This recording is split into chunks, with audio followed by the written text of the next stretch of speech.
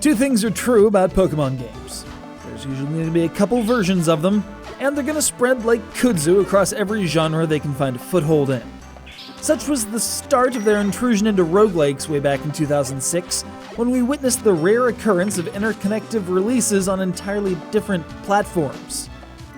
Red Rescue Team was on the Game Boy Advance and could interact with Blue Rescue Team on the DS, and if that makes your brain hurt, you're not in the wrong. Chill out and have a cold beverage, then watch this footage. I'll be back to check on you in a second.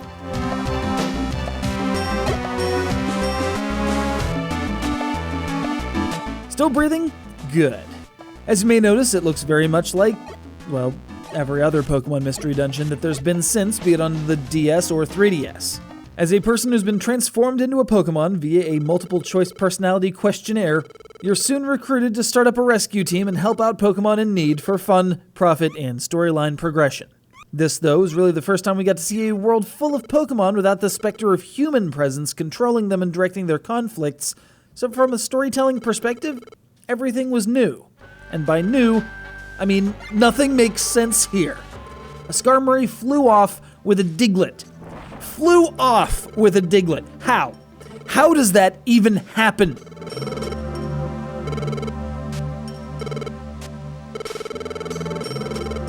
Okay, putting aside crap that can't really happen. You know, Chunsoft had been making roguelikes since the Super Famicom days, putting out titles like Shiren the Wanderer and the Dragon Quest spin-off Torneko's Great Adventure.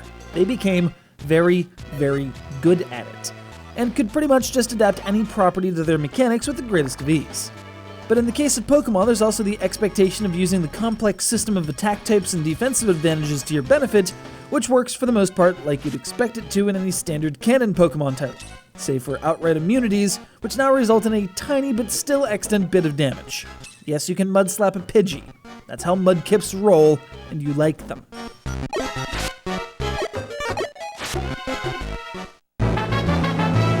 Presentation of Pokémon Mystery Dungeon boils down what was already a fairly basic RPG to an even more basic top-down format, but pays attention to the environments and animations to enrich the whole experience. The soundtrack seems a little darker and more haunting than you'd expect out of a Pokémon title, well, outside of a ghost-type area, of course, which fits the miles and miles of dungeon corridors you'll be trekking through in search of lost Wurmple and the Pecha Berry some Sunkern dropped. This GBA version and its partner DS version are almost identical in every way, save for, an additional screen, and so you can transfer Wonder Mail codes and whatnot between the two at will. Really all you're missing out on is the wireless connectivity of the later version, and the version-exclusive Drinky Bird, aka Porygon 2.